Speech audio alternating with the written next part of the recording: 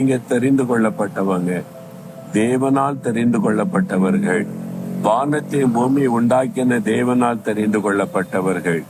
எதற்காக தெரிந்து கொண்டார்? வேலைக்காரனா வைத்துக் கொள்வதற்கு அல்ல, வீட்டுல வேலைக்காரியா வைத்துக் கொள்வதற்கு அல்ல, அது பியூனா வைத்துக் கொள்றேன், டிரைவரா வைத்துக் கொள்ளுகிறேன், அதற்கு அல்ல. சொந்த ஜனமாய் என்னுடைய மகன், என்னுடைய மகள், என்னுடைய பிள்ளை, அப்படி சொந்த ஜனமாய் வைத்துக் கொள்ள தேவன் தெரிந்து கொண்டாராம்.